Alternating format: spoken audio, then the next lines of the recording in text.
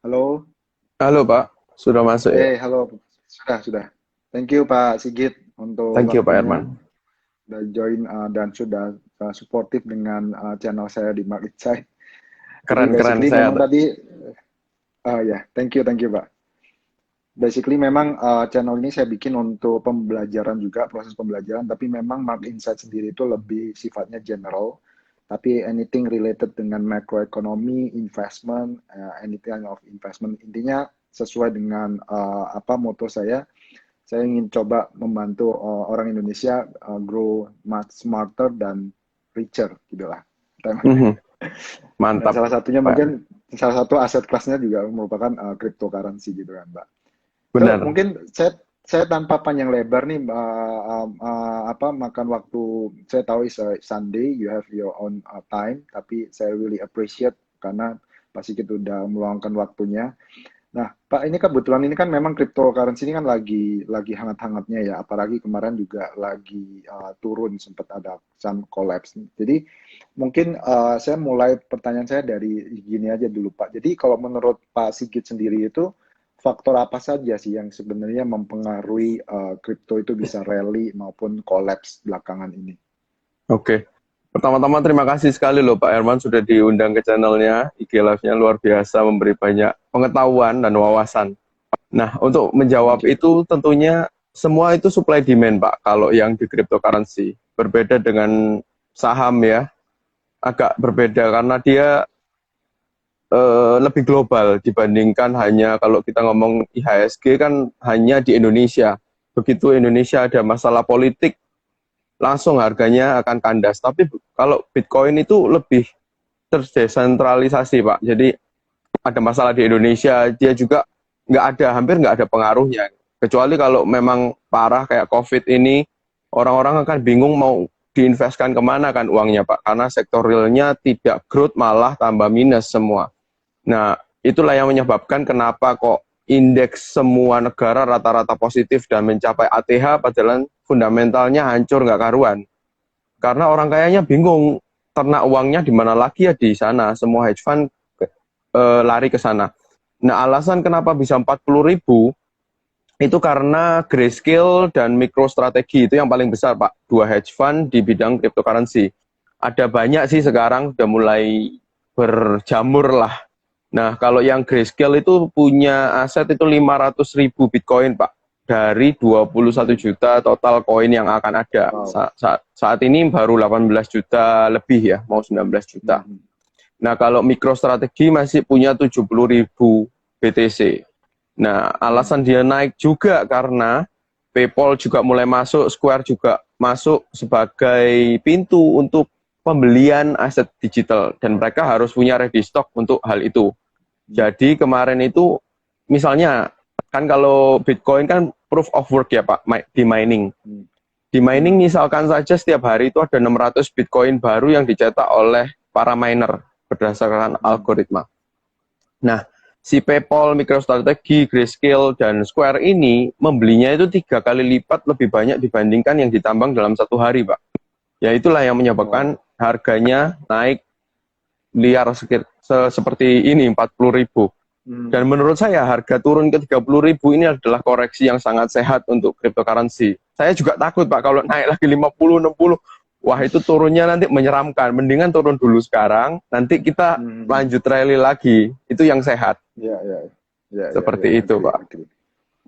Pak, terus jadi kalau terkait, saya pikir salah satu yang menyebabkan faktor utama yang bikin collapse itu kan terkait itu ada kemana ada artikel yang mengatakan bahwa is ini saya juga nggak bisa share ya. Biasanya saya ini kalau berdua bisa share nih screen.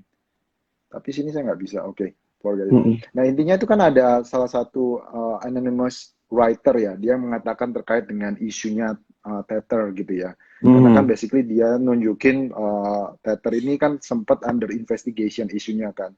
Dan Betul. banyak transaksi dari Bitcoin itu kan pembeliannya juga di drive oleh Tether. Nah, itu menurut Pak Sigit gimana ya, Pak? Kalau misalnya karena tadinya Tether itu yang dikenal sebagai stablecoin kan dia 1 banding 1 gitu kan, di backup atau Mhm. di pack dengan dolar. Kemudian Mhm. terakhir dia ada some revision dengan bisa aset-aset lain, receivable apa gitu kan. Nah itu Mhm. gimana kalau menurut Pak Sigit dari komen artikel tersebut ya? Jadi Tether itu memang adalah punyanya perusahaan, Pak. Dia nyetak Hmm. sesuka hatinya dia sebenarnya karena dia di audit internal, punyanya Bitfinex juga. Nah, dia juga sudah ngomong kalau asetnya yang ada di tangan dia secara USD fisiknya itu hanya 70% dari yang dia cetak. Hmm. Jadi dia Oke. printing money out of nothing. Tapi itu lebih sedikit kalau kita komparasi dengan Amerika, Pak. Amerika lebih gila lagi ngeprintnya. Quantitative easing sudah 3-4 kali. Kemarin bond juga, tidak tahu namanya, bukan quantitative easing. Ganti lagi apa itu. Yeah. Tapi sama aja, ngeprint uang jauh lebih kencang lagi, Pak. Nah, banyak pilihan stablecoin lain yang lebih aman untuk kita para investor. Seperti USDC, itu punyanya Coinbase. Itu 1:1 dan diaudit secara eksternal, Pak. Kemudian ada lagi DAI, DAI. DAI itu kita DAI. harus memiliki jaminan dalam bentuk Ethereum, baru kita bisa mengeluarkan atau ngeminting koin DAI. Jadi ada jaminan Hmm. aset Ethereum untuk setiap satu USDT, satu DAI itu perlu $1,5 dalam bentuk Ethereum, Pak. Kalau enggak akan Oke. dilikuidasi. Jadi kan kita lebih aman Hmm. pegang yang seperti itu. Terus OKX juga buka USDK seperti itu. Jadi banyak pilihan stablecoin yang lain. Untuk yang tahun 2017 itu memang spesial, Pak, karena para institusi besar belum entry, Pak, biasa. Hmm. Semua bilang Bitcoin itu jelek, padahal sekarang semua Yeah. masuk. JP Morgan masuk, Masuk. James Diamond bilang ini jelek, sekarang dipecat, ya tapi uangnya udah banyak. Dia memang disuruh ngomong gitu. Warren Buffett bilang Bitcoin is a red poison. Terus rednya itu ya banking, Pak, sebenarnya gitu. Ya membunuh Iya. perbankan. Bitcoin akan membunuh Iya. perbankan, blockchain akan membunuh perbankan, seperti DeFi nantinya, Pak. Di sana kita tidak perlu lagi dilihat asal negara kita mana, kita pernah blacklist atau tidak. Selama kita punya jaminan aset, langsung cair saat itu juga, dan tentunya di bawah jaminan kita ya, Pak, untuk pinjamannya. Seperti itu. Ya, jadi kan dengan ibaratnya dengan adanya blockchain ini semuanya jadi borderless gitu kan. Benar. Orang bisa transaksi di mana aja. Jadi Dan juga maksudnya kita, poinnya Pak Sigit itu jadi intinya nggak perlu khawatir karena yang tadi masalah di Tether karena dengan adanya blockchain sekarang itu orang juga bisa pindahin ke stable coins anytime gitu kan. benar, ada Ada banyak stable pilihan coin. stablecoin lainnya, Pak. Jadi nggak hanya USDT yang paling eh, nggak hanya USDT stablecoinnya, Pak. Jadi banyak pilihan Ya. lain untuk bisa kita simpan USD kita. Pak, kalau misalnya stable coins ini ya, basically kalau misalnya orang awam Mhm. itu namanya juga stable coin. Sebenarnya worth untuk diinvest atau worth untuk bet nggak di stable coins ini kan namanya juga stable coin gitu. Tapi Mhm. in reality-nya kan ternyata juga bisa naik kenceng gitu ya Pak ya. Harganya Eh, enggak ya, tapi itu market cap lebih di drive oleh cetak supply-nya ya. Tapi in price eh, enggak ya. price-nya bisa, Pak, kalau kita pairing-nya sama dengan IDR, Pak, atau dengan Singapore dollar misalnya, kita sebagai money changer sih jadinya. Setiap orang bisa jadi money changer, Pak, dengan adanya ini. Hmm. Misalnya Bapak tahu support sama resistennya USD, misalnya 14.000 sama 14.200. Bapak buy di 14.000, Bapak sell di 14.200, sudah profit Oh, 200 mainnya rupiah. cuma mainnya lebih Mm-mm. main-main spread aja ya. Dan juga Oke, banyak oke, orang oke. Indonesia yang kaya-kaya itu lebih suka nyimpen dolar daripada nyimpen rupiah, Pak. Dia lebih Iya, benar. merasa nyaman. Nah, itu kan bunganya kita tahu sendiri, Pak, sangat kecil sekali. Iya. Paling ya hanya 1-2%, ya kan, 3%. Sedangkan kalau kita di cryptocurrency, kalau Bapak lihat di video-video saya, itu saya bisa dapat sampai 20% per tahun, Pak. Tapi ya itu Hmm. rate-nya fluktuatif ya, karena kan tergantung Iya. supply demand dari DeFi itu sendiri. Tapi average ya, Hmm. Pak, itu di atas 10% per tahun. Nah, Oke, daripada saya oke. nabung di bank, bunganya berapa, Pak? Paling di BCA 1%. Nah, kalau yang Iya. ini saya bisa tarik kapanpun, Pak. Tapi dapat 10% dalam bentuk Hmm. USD. Itulah gunanya Oke. stable coin ini, yang sambil nunggu harga Bitcoin siapa tahu turun lagi, saya bisa entry Iya, lagi iya. gitu, Pak. Mm-mm. Pak, kok boleh tahu itu biasanya apa aja Pak produk yang menarik untuk yang hasilin yield gitu ya? Oh banyak Pak, banyak sekali koin. Cuman yieldnya berbeda-beda dan paling besar tentunya adalah yang stable coin karena dia nggak ada apresiasi harga compare to USD kan. Makanya Oke, dikasih oke. benefit lebih di returnnya. Tapi kalau yang Hmm. BTC itu 0, sekian gitu per tahun. Hmm. Ada yang exchanger Indonesia bisa sampai 4,5%. Saya juga ada taruh di sana di Sipmax Pak, Oke. Bitcoin.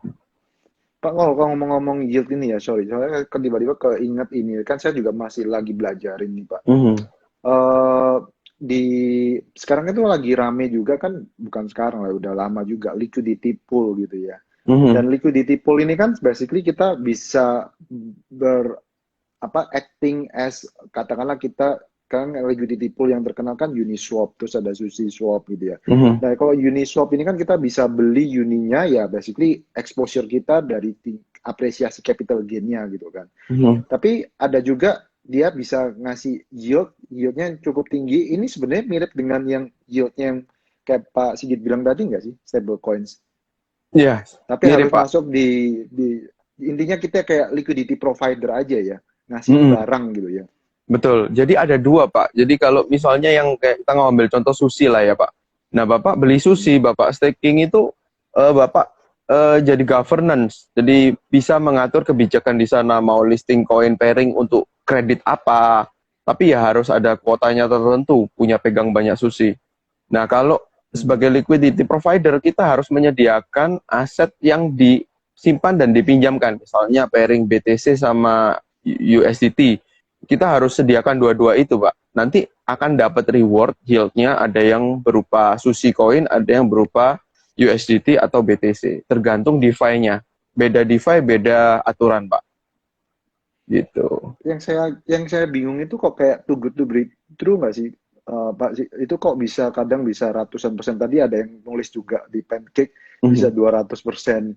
Itu cara ininya gimana ya? Maksudnya saya nggak ngerti logik perhitungannya.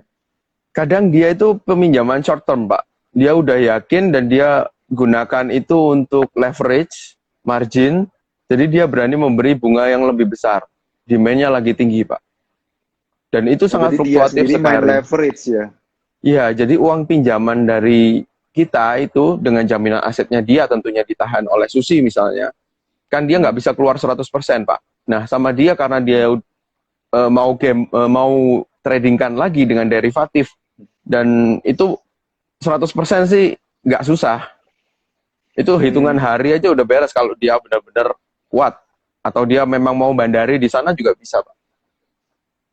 I see, I see, I see. Gitu. Kok Pak Sigit, kalau menurut Pak Sigit ini kan Bitcoin atau crypto class ini kan bisa menggantikan ekspektasi atau spekulasi orang kan, bisa menggantikan fiat currency nggak sih one day? One day saya yakin bisa, Pak. Sementara kita akan komplementer lah ya. Komplement ya, oke.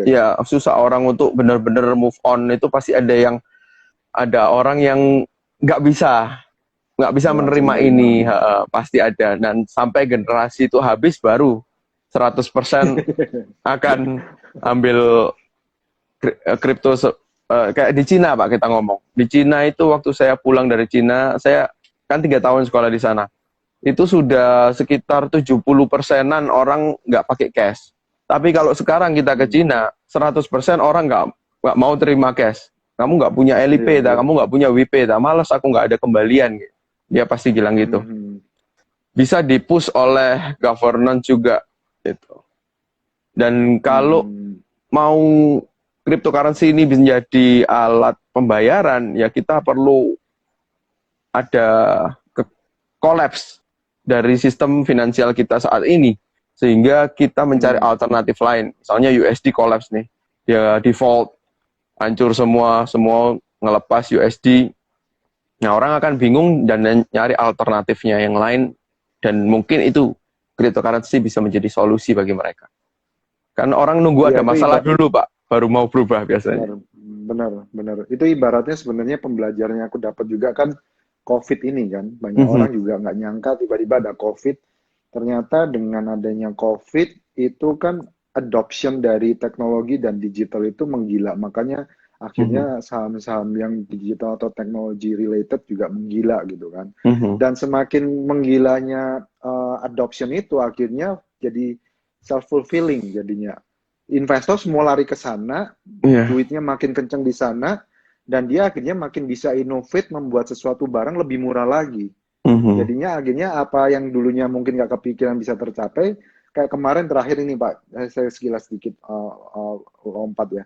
Jadi saya yang dari beberapa conference yang saya dengar, mobil electric vehicle itu nanti akan bisa lebih murah daripada mobil combustion itu di tahun 2023 perkiraannya. Hmm, Jadi kalau udah mencapai titik di mana mobil vehicle, electric vehicle lebih murah, ya orang pasti berbondong-bondong pindah semua tuh ke pasti. mobil listrik. Mhm. Iya, ya ini I think sebenarnya kripto juga masalah kayak gitu. Memang kayak tadi ilustrasinya di China kan, masalah tentang orang yang tadinya denial, orang yang tadinya nggak suka, kalau tiba-tiba udah di stempel sama government atau any siapapun yang petinggi-petinggi gitu kan, ya orang mau nggak Mhm. mau ngikut juga. Iya. Dan juga cryptocurrency ini Oke. menjadi solusi, Pak, dari Hmm. fiat fiat digital yang dipaksakan oleh government. Misalnya kita ambil contoh Cina. Misalnya kita Hmm. di Cina, kita menjelekkan pemerintah seperti Jack Ma. Hmm. Langsung dihancurkan usahanya. Terus itu untung masih nggak di blacklist LIP karena punya sendiri kan. WP-nya, akunnya Hmm. dihabisin semua, uangnya jadi nol. Dan sedangkan uang kita semua di digital, Pak. Kita sudah jadi Bener. bukan orang lagi, Pak, kalau nggak seperti itu. Karena kita sudah nggak punya apa-apa, identitas kita dihapus bersih. Nah, dia nggak bisa melakukan hal yang sama untuk cryptocurrency, Pak, khususnya Bitcoin. Karena servernya decentralized dan bagaimana dia mau shutdown itu. Dia harus men-shutdown semua server Oh, di seluruh dunia. Dan make itu sense kan juga nggak ya. mungkin, Pak. Iya. Kalau yang sistem itu kan masih sistem yang digital money, bukan sistem yang kripto gitu kan. Digital money ya sama cara kerjanya kayak fiat, cuma dia bentuknya digital, gampang di wipe out juga gitu ya. Jadi bedanya sebenarnya sama sih, Pak. Untuk Bitcoin dengan uang yuan digital ini sebenarnya sama. Yang membedakan hanya satu decentralized, satunya Ya, satu centralized. centralized. Benar, ada Hmm. yang ngontrol dan komunitas yang ngontrol, uncontrollable gitu. Nggak bisa diilegalkan Hmm. juga, nggak bisa diapa-apakan sudah. Cina yang sebesar Hmm. itu, internet milik mereka, bank milik mereka, tetapi transaksi Bitcoin tetap jalan. Jadi mau nggak mau dia pasrah. Gitu. Hmm. Hmm. Hmm. Hmm. Satu lagi Pak, Sigit, menurut pandangan Pak Sigit itu sebagai kripto ini sebagai investment class itu ya di Mhm. aset kelas di kalangan milenial itu kalau dibandingkan aset kelas lain gimana sih Pak? Pernah kayak mungkin survei ke teman-teman Mhm. gitu nggak sih? Apakah maksudnya aset kelas yang lain itu mulai makin ditinggalkan, jadi orang-orang benar-benar makin banyak ke kripto? Kalau sekarang sih masih banyak yang ke saham ya, teman-teman. Mereka lebih merasa eh, yang sudah proven Lebih ya, aman ya, udah lebih jangkanya aman gitu panjang ya. dan pemainnya banyak. Orang-orang kan suka seperti itu. Cuman ya, Anda akan menjadi orang normal kayak kita ketika mengikuti semua hal yang normal. Anda akan menjadi luar biasa ketika melakukan hal yang di luar biasanya, Pak. Nah, saya Hmm. suka melakukan sesuatu itu lebih awal dari orang lain. Dan saya dulu di saham, Pak. Saya 3-4 Hmm. tahun di saham, terus saya lihat cryptocurrency ini sesuatu yang akan terjadi atau yang akan booming di masa depan. Oleh karena itu saya pensiun di saham dan saya pindah Hmm. semua ke cryptocurrency. Nah, sekarang juga masalah di harganya aja sih, Pak. Begitu harganya lompat tinggi, teman-teman yang dulunya itu nggak kontak saya, tiba-tiba chatting, tiba-tiba telepon, Hmm. Bitcoin ini kenapa sih, bro? Ya telat, bro, kalau sekarang, bro.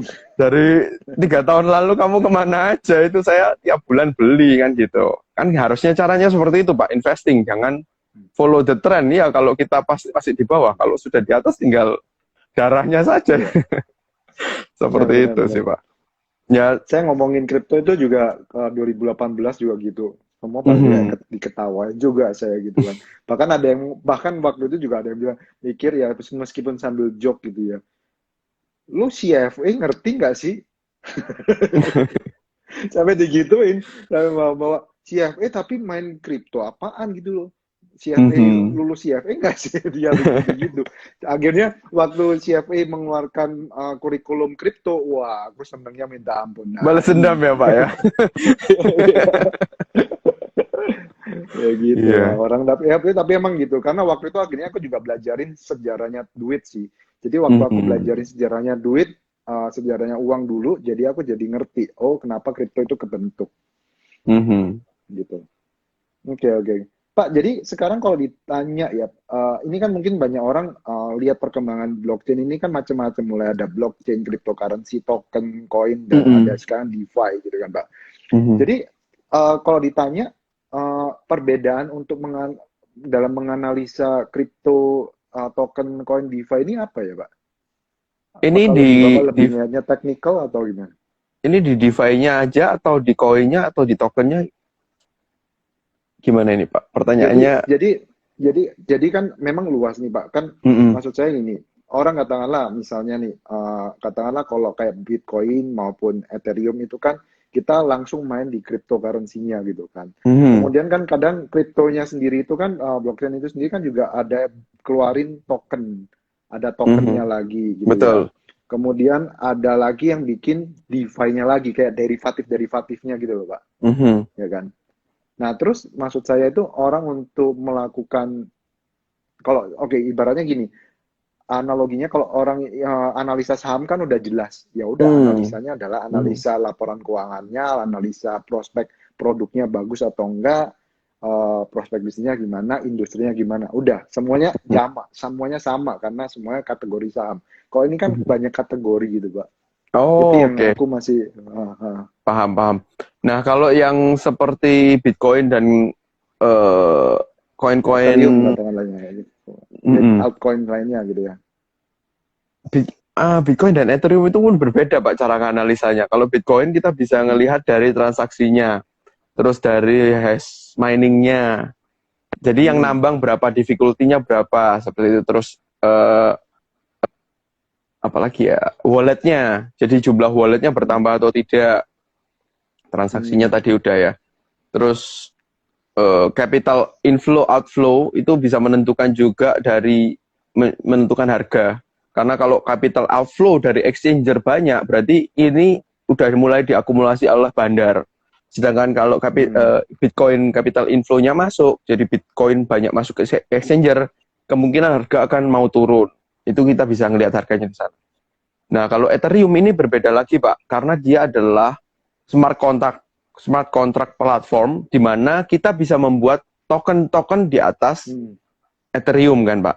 Nah, Hmm. Hmm. Ethereum akan semakin mahal harganya kalau semakin banyak project yang berdiri di atasnya. Tetapi juga kita harus mengingat bahwa Ethereum ini ada inflasinya, Pak. Jadi nggak limited supply seperti yang Bitcoin. Kemudian juga Hmm. dengan adanya perubahan baru ETH 2.0 ini, dia akan membuat cost menjadi lebih murah. Cost transaksi lebih murah, jadi karena bukan proof of work lagi, tapi sudah menjadi proof of stake. Seperti itu. Oke. Nah, kalau yang DeFi, kita bisa ngecek dari jumlah aset digital yang ditaruh sebagai jaminan di tempat itu, Pak. Jadi itu namanya defipools.com. Bapak bisa cek defipools, pools data ya, .com. Itu kita bisa melihat market cap setiap DeFi-nya. DeFi itu. Ya, ada berapa ETH yang di-lock di sana, kemudian berapa USDT, volumenya berapa. Dari sana kita bisa menilai fundamental harganya ini overprice atau enggak. Gitu. Seperti itu. Hmm. Oke, oke, oke. Jadi Pak, sorry tadi aku menarik yang tadi komen Bapak tentang Bitcoin. Kalau ada yang banyak masuk ke exchange itu malah indikasi turun. Kenapa ya Pak tadi? Saya masih Kan mau belum nangkep. jual di exchange, Pak. Sorry, ini yang mau masuk ini maksudnya inflow inflow dari Inflow dari uh, wallet pribadi, Pak. Kayak inflow saya dari kan wallet pasti pribadi. nyimpen di wallet pribadi. Kalau Ah, trader retail yang biasanya hanya main di satu exchanger, mereka biasanya nggak nyimpen di dompet pribadi, Pak. Tapi kalau yang sudah mulai pro atau apalagi institusi, dia sudah nggak trust lagi sama exchanger. Jadi hmm, kalau sudah beli Bitcoin, dia akan tarik itu pindah ke dompet pribadi. Nah, kalau itu yang terjadi, berarti kan Oke. outflow Pak, dari exchanger ke Ya, dompet pribadi. Berarti dia mau nyimpen. Jadi dia I lagi see. akumulasi, harga akan naik seperti itu. Nah, sedangkan kalau kebalikannya, saya mulai ngirim dari dompet pribadi saya ke exchanger, institusi juga mulai banyak masuk, Oke, oke, oke, oke. Saya soalnya mulai berarti mereka saya belum jual. ngerti. Saya soalnya selama ini saya masih pakai exchanger, bukan bikin wallet sendiri. Itu sekarang, oh iya, tadi saya sempat ngobrol sama teman juga. Dia bilang dia bikin wallet sendiri. Itu yang nanti coba aku explore deh. Jadi bisa Mhm. dipindahin ke wallet sendiri gitu ya. Mhm. Ada Saya ada recommendation nggak video, sih Pak? Kalau bikin wallet sendiri apa yang direkomend Pak? Walletnya saya siapa ada gitu? videonya khusus itu di YouTube Pak. Kalau saya sarankan kalau Oh, oke. banyak pakai Trezor atau Ledger ya Pak ya. Trezor apa hijau? Itu nama ininya Pak? Itu Apps-nya? hardware Wallet. wallet Pak, Hardware wallet. hard wallet. Jadi kayak token BCA gitu. Itu hilang pun nggak apa-apa, asal passwordnya masih ingat, nanti kita beli lagi, baru dompet kita bisa kita retrieve lagi isinya. Oh, itu di mana Pak mau beli kayak gitu? Di online aja Pak, langsung di perusahaannya saran saya, jangan dari third party atau dari itulah distributor utama kalau bisa. Oh, oke, oke. Nanti aku teks Bapak deh ya. Siap, Mungkin channel yang YouTube-nya Bapak mana ntar aku coba share ke teman-teman juga kalau siap. memang Itu mereka juga bisa tertarik. bikin paper wallet juga Pak. Jadi yang mau gratisan juga bisa. Jadi bikin Oke, pakai oke. randomize gitu dia. Ada caranya Oke, sudah aku saya soalnya edit. selama ini dulu aku kalau berarti aku masih pakai kategori exchanger sih. Karena Hmm. aku biarin di either di Indodax atau biarin di Zipmax. Mhm. Aku pindahin itu. Nah, itu yang dulu yang sering kali makanya sering kali orang itu nggak ngerti karena dulu itu jelek-jelekin kripto itu kan karena banyak fraud dibawa Mhm. lari sama exchangernya kan. Tapi Mhm. kalau Atau dipindahin ke dihack. wallet sendiri, I see. Kalau dipindahin ke wallet sendiri itu udah lebih aman gitu ya Pak ya. Oh, iya Pak, hanya Bapak yang bisa mindahin atau I hacker. see. Oke, oke, Tapi oke. hacker kan Thank you, males thank you. ngehack punya kita berapa biji, mending ngehack Iya. exchanger kan Pak. Males ya, Benar, benar, benar. Oke, oke, capeknya ngerti, ngerti. sama, isinya dikit. Mm-mm. Oke, oke, oke, oke, ngerti. Thank you Pak. Ntar aku coba pelajarin lagi deh ya. Siap. Pak, jadi kalau ditanya nih saat ini token atau kripto atau DeFi pun katakanlah mungkin masing-masing atau mungkin ya pilih salah satu aja yang cukup berprospek itu yang mana ya Pak ya untuk dalam 2-3 tahun? Kalau misalnya ada teman-teman mau coba, kan ini sekarang banyak banget Pak. Mhm. Nah, yang menurut Bapak yang lagi berprospek itu baik tentang tokennya atau DeFi-nya? Kalau misalnya pemula ya, saya sarankan tetap Bitcoin itu yang paling utama, itu yang paling besar alokasi dananya, karena itu yang sudah proven dan memang secara hampir pastilah itu lebih naik duluan. Dan kita lihat dari Grayscale sendiri, dia kalau invest Pak, itu sekitar 80% dari dananya itu masuk BTC dibandingkan Hmm, altcoin yang lain seperti LTC, oke. Zcash, ETH. Nah, kita kalau mau bodoh-bodohan nih Pak, kita ikut hedge fund dong. Hedge fund masuk berapa persen kita ikuti Ya, aja ya, dah. ya, Udah ya, simple. ya, benar. Nah, Nah, kalau yang prospek ini kalau Bapak tanya altcoin ini semi spekulasi Pak.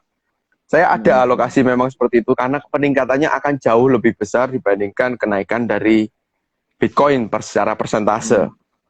hmm, hmm, Nah, pilihan saya sementara saya ETH udah lepas semua karena menurut saya sudah terlalu mahal di harga sekarang ini. Saya kemarin dulu beli di tahun 2018 Pak, itu 1,6 juta Pak.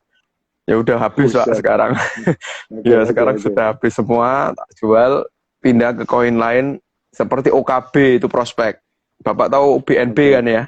Koin natifnya punyanya Binance. Binance, Saya Binance. saya beli yang OKB, punyanya OKX. Karena kan potensinya juga mumpung belum naik tinggi. Kemudian ZMT di Zipmax itu juga oke, tapi nggak terlalu banyak.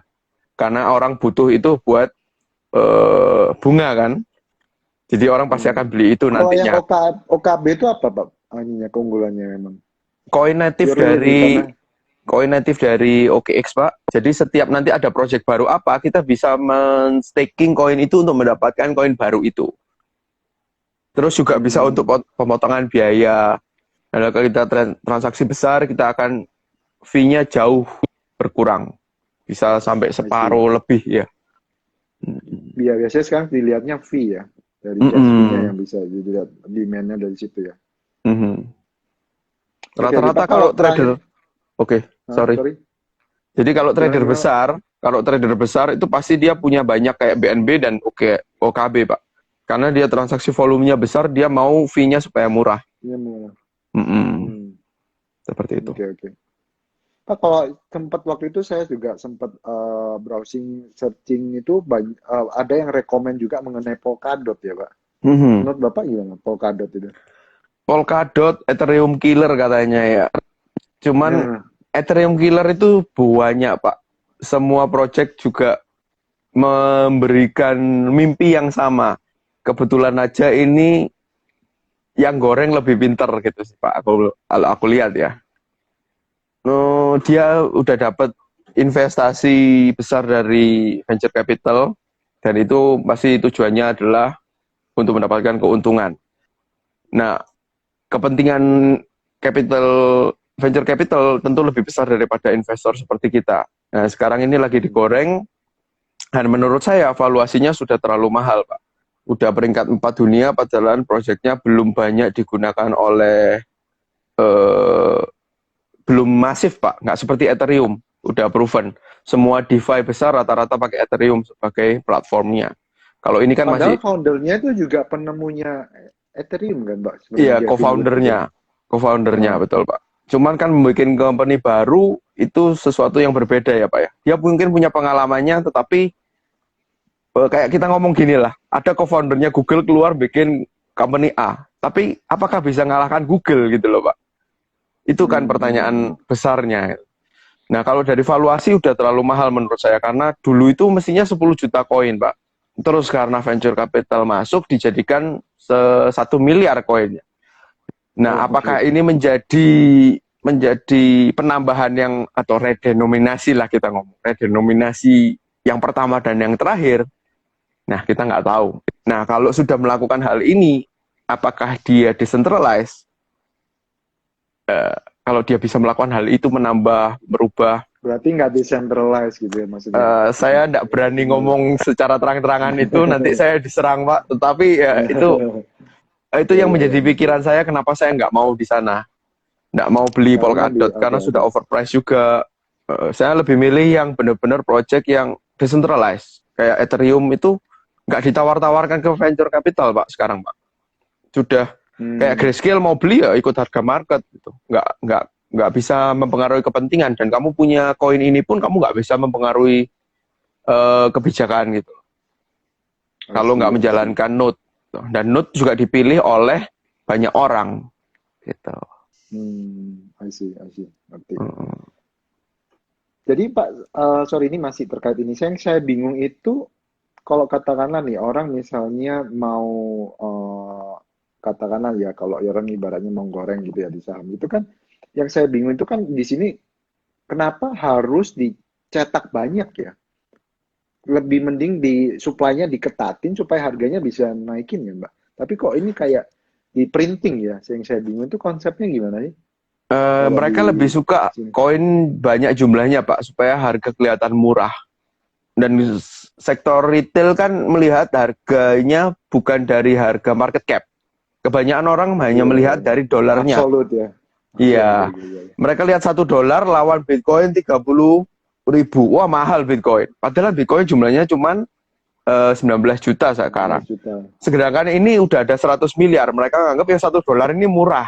Kayak gitu. Hmm. Itulah, Ya, ya, ya. mereka main psikologi sih kalau mau goreng. Gitu sih, Pak. Jadi saya lebih Oke, milih oke. koin yang eh, terdesentralisasi, itu pertama. Terus kemudian saya lihat dari market cap-nya, bukan dari harga nominalnya per koin. Oke. Oke Pak, ini terakhir sebelum nanti ke Q&A ya buat Siap. teman-teman. Kalau ada mau tanya, boleh langsung masukin, key in questionnya. Manfaatin waktu yang berharga ini, mumpung ada Pak Sigit di sini, jadi kalian bisa belajar langsung. Pak, jadi kalau ditanya indikator-indikator apa saja sih Pak yang perlu diperhatikan dalam analisa atau trading dari kripto ini? Kalau Ada saya ya tipsnya nggak Pak? simple Hmm. aja sih, Pak ya. Fibonacci, MA, volume, EMA, Bollinger. Sudah itu aja. Dan Bapak setiap lebih orang fokus punya, ke technical ya Pak ya? Lebih fokus ke kalau technical yang atau? trading, Pak. Kalau yang trading Hmm. seperti itu. Tapi ada yang, jadi saya bagi, Pak. uang saya bagi, satu investasi jangka panjang, satu trading. Investasi jangka panjang ini beli aja nggak pernah dijual, Pak. Untuk koin-koin yang bagus, seperti Bitcoin dan teman-temannya. Nah, kalau yang trading ini saya pindah-pindah koin, tergantung momen dan lihat tren grafik dari teknikalnya kebanyakan. Main di margin tentunya. Jadi hanya beberapa menit, atau paling lama sehari lah udah harus lepas posisi. Rata-rata setiap exchanger itu nyediain margin atau ada ini sih? Saya kok belum tahu ya, ada margin gimana ya? Semua Saya exchanger dideteksi di luar negeri, Pak. Di yang di luar luar ya? Indonesia, sorry ya. Makanya saya sudah nggak trading di Indodax lagi sih. Oke, bentar. Aku lihat ini ada beberapa pertanyaan, Pak. Siap. Oh, ada yang tanya mengenai Ripple, Pak. Oke. Apa tanggapan Bapak mengenai XRP? XRP oke sih ya, karena dituntut ini dia lagi turun banyak. Cuman kan kemarin waktu drop itu di bawah $0,2 itu saya udah beli, terus naik ke 0,3 sudah jual juga. Nah sekarang saya lagi wait and see, di harga $0,2 lagi saya baru mulai entry atau nunggu Februari, Pak. Februari itu keputusan dari sidang, akhirnya gimana? Dia dianggap sebagai security atau hanya komoditi. Nunggu keputusan itu atau harga turun below dari 0,2 lah baru saya entry lagi untuk akumulasi pelan-pelan. XRP ini kalau saya perhatiin kenapa dia sering kayak kena serang ya, Pak ya? Dari dulu. Ya dia kan soalnya merusak bisnisnya itu, Pak. Apa namanya? Langsung ya. MoneyGram, terus juga Swift itu kan disikat sama dia. Sedangkan itu kan ibaratnya kartel lama lah, Pak. Dia kan megang power di government, bisa nyikat-nyikat. Gitu lah, Pak. Sementara masih berkuasa lah mereka ini. Tunggu tanggal mainnya kripto lah. Oke. Ini ada pertanyaan dari teman. Pandangan Pak Sigit tentang Binance Smart Chain, BSC bagaimana? Juga proyek-proyek seperti PancakeSwap dan Helmet. Binance Smart Chain, saya nggak terlalu paham ya. Tapi dia bagian banyak aplikasi di atasnya itu juga sih. Jadi untuk bikin decentralized exchange juga bahkan Binance. Jadi dia sudah siap ketika nanti orang-orang sudah mau beralih ke trustless atau nggak perlu ya. Iya, jadi nggak perlu nyimpen ke Binance, tapi bisa langsung dari wallet pribadi langsung transaksi ke wallet Pak Herman gitu. Saya transaksi dengan Pak Herman, langsung wallet to wallet. Jadi nggak perlu pakai third party, disimpan dulu nggak usah. Jadi dia ngembangin ke sana. Jadi sudah mulai anticipate berarti ya? Iya, dia sudah mulai. Terus kalau PancakeSwap dan Helmet ini saya nggak tahu, ini terlalu banyak koin ini. PancakeSwap mungkin kayak DeFi juga ya, banyak sekali DeFi. Iya, kalau Uniswap ya dia, Uniswap ya. Kalau DeFi sekarang saya invest di 2 sih, Pak. Saya lihat yang bagus itu Kava sama Compound. Saya lagi nyimpen ini itu sih. Kava sama Compound. Iya, Kava dan Compound. Apa itu, Pak, maksudnya? Sama, Pak. Sama DeFi juga. Cuman bedanya ya kalau yang Kava ini dia punya blockchain-nya pakai Atom, bukan pakai Ethereum base. Atom juga lagi naik banyak kan, Pak, Atom Cosmos. Iya, itu Atom itu kenapa ya, Pak? Saya nggak gitu ngikutin. Lagi rame juga. Atom itu ya Ethereum killer juga sih, Pak. 15.000 transaksi per second, terus interoperability, jadi bisa berhubungan antar blockchain. Jadi Bitcoin, Ethereum, apapun bisa saling connected kayak gitu. Ya sama lah, yang ditawarkan mirip-mirip kok, Pak. Jadi mirip ya. Ini kan cuma banding-bandingan harga ya. Polkadot nggak sebagus itu kok, Pak. Menurut saya loh ya. Semua bisa menawarkan hal yang sama. Cuman kebetulan aja yang marketingnya pinter gitu. Karena kan ada venture capital di belakang itu. Oke. Ada juga yang tanya, kok gimana cara menilai valuasi Bitcoin yang sudah mahal atau murah? Nah, ya ini memang common question banyak orang, gimana tahu murah mahal gitu kan. Oke. MA 200 daily bisa. Jadi ditarik garis MA 200 daily selama di bawah itu berarti masih oke untuk entry. Kalau udah di atas itu ya ditahan dulu. Tapi saya tetap entry kok, Pak. Saya tiap bulan udah harus entry, ada alokasi dana tertentu yang harus dibelikan Bitcoin. Tiap bulan harus kayak unit Kalau link, kayak asuransi. Kalau nggak salah, saya dulu juga pernah bikin di feed ya. Saya tuh dulu kayak ini, kalau nggak salah Pak. Saya dulu tuh pernah ngikutin yang di websitenya blockchain.com itu loh Pak. Jadi Mm-mm. di situ kan bisa ngitung yang ada namanya yang NVTR, itu kan mirip kayak PE ratio gitu kan Pak, sebenarnya. MTP Hmm. kayak gitu-gitu. Nah itu jadi itu teman-teman mungkin nanti aku coba post ya yang tadi ada tanya. Aku dulu pernah bikin posting. Jadi kalau di blockchain.com itu dia lumayan transparan tapi khusus Bitcoin doang. Yang lainnya nggak ada. Data-datanya lumayan Hmm. lengkap, ada hash rate-nya, ada transaction Mm-mm. volume. Nah, itu ada beberapa rasio yang disebut kayak kalau nggak salah, oh bukan nggak salah, ini yang dulu aku pernah tulis namanya NVT ratio. Jadi dia nilai dari network value-nya dibagi daily transaction value. Jadi dari situ Hmm. itu aku nangkapnya tuh kayak melihat PE ratio-nya saham gitu loh. Dan ada Hmm. lagi dia ngeluarin namanya MVR. Jadi MVR itu market capitalization dan dibagi dengan realized value-nya. Nah, itu kayak price to book value-nya. Itu Hmm. yang waktu itu aku pelajarin juga di blockchain. Cuma memang unfortunately cuma khusus Bitcoin sih, yang lainnya nggak ada. Aku udah Hmm. coba di situ. Ada satu lagi Pak, coindance.com. Coin terus dance tari, Coin, oke, Coindance. coindance.com. Itu Nah, ada BCH juga di sana. Jadi datanya juga lengkap kayak blockchain.com itu Pak. Bisa Bapak oke, cek oke. juga. Terus ilegal di Coindance mana ya. aja Bitcoin, legal di mana aja, illegal di mana aja, ada datanya juga di sana real time. I see, I see. Pak, Nah, sebenarnya, oh ya, satu hal tadi aku lupa tanya, yang masih di benak saya itu masih belum kebayang. Sebenarnya ini kan kayak misalnya ada liquidity pool, orang ngasih pinjem duit, kan ada kayak peer-to-peer-nya juga kan di mhm, dunia blockchain crypto. betul. Sebenarnya in real sektornya itu yang memakai pendanaan duit itu apakah lebih ada beneran dipakai? Kalau kita kayak peer-to-peer itu kan beneran ada orang yang kerja Mhm, berdasarkan invoice gini kan.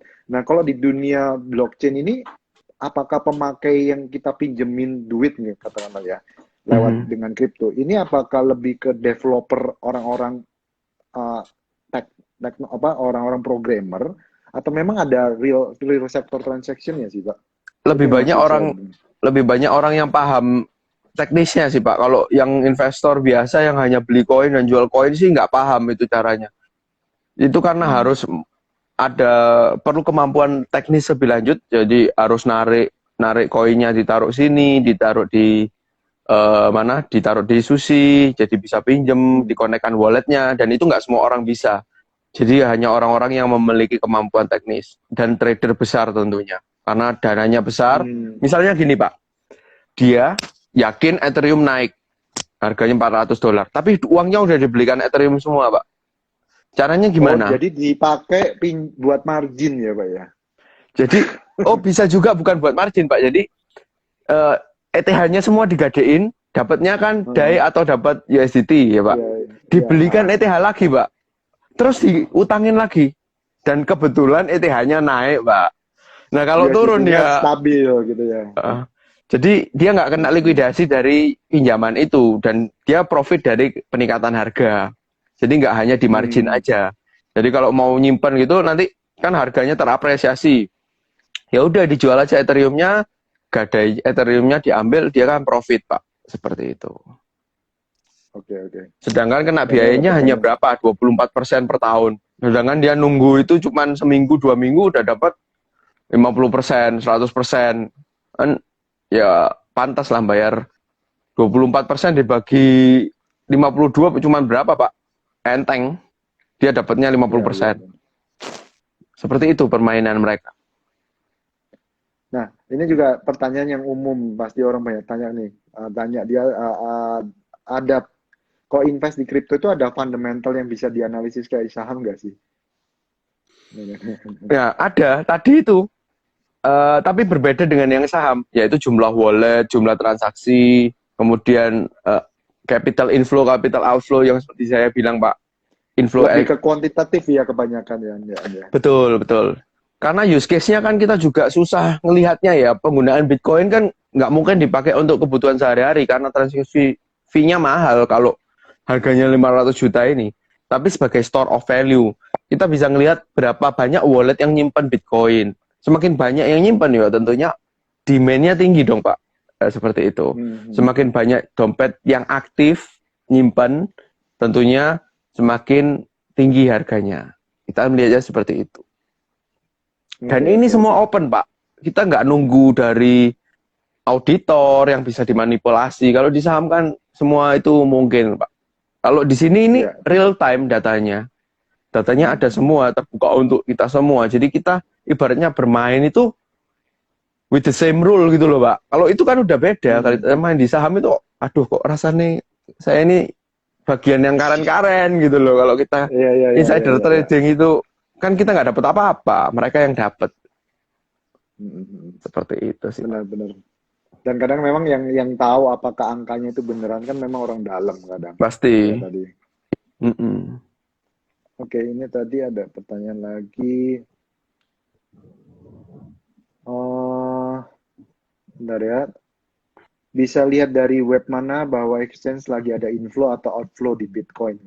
Itu Bro Andre udah jawab, Andre Yoso, cryptoquant.com ya. Oke. Oke, thank you udah bantuin jawab. Ini ada beberapa orang nanyain Sushi sama Ave loh.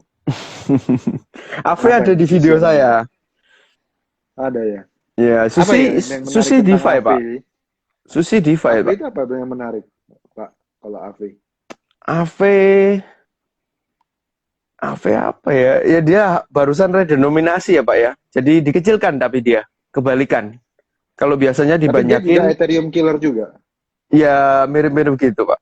Mirip-mirip. Semua menawarkan hal yang sama. Dulu ETH Land dia DeFi, Pak. Dia lebih fokus ke DeFi ya kalau Ave ini, Pak. Dan dia ada program flash loan. Dan itu saya bahas di video saya. Jadi misalnya gini, Pak. Antar decentralized exchange itu kadang ada spread harga. Jadi misalnya Binance punya, bukan Binance ya. Apalah decentralized exchange selain yang centralized lah, Pak. Kan banyak macam ya. Nah, misalnya itu BTC USD, mereka itu ada spread harga dan itu kita bisa langsung pinjem dana dari Ave ini untuk membeli BTC di sini dan menjual di sini terus bayar utang dalam satu transaksi, Pak. Itu kita cuman kena biaya transaksi aja tapi spreadnya kita dapat. Dan yang di video saya tunjukin itu dia main itu berapa juta dolar dalam satu transaksi dia untung $16.000 spreadnya bersih. Fee yang harus dibayarkan dia cuman berapa puluh dolar kalau nggak berapa ratus, murah. Jadi itu permainnya seperti itu flash loan-nya keren. Tapi harus bisa programming kalau itu, Pak. Karena kan harus bikin bot. Kita nggak mungkin ngecekin satu-satu, nggak keburu. Harus dalam satu transaksi. Arbitrage itu gila, Sekarang udah berbeda main arbitrase-nya bukan manual. Kalau dulu masih manual bisa, sekarang udah lawannya bot semua, Pak. Itu susahnya. Dan itu juga bisa dimanfaatkan ke DeFi, Pak. Jadi misalnya dia nggak punya modal nih, tapi nggak mau langsung flash loan, tapi mau tunggu karena harus ada prosesnya cukup lama, misalnya.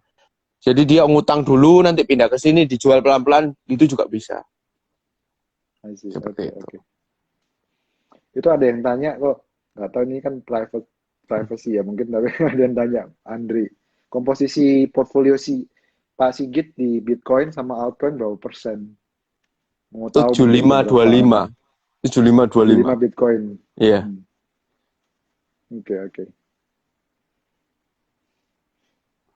Oke, kalau lihat terakhir ini sebagai penutup kan udah nggak berasa 1 jam kan segini.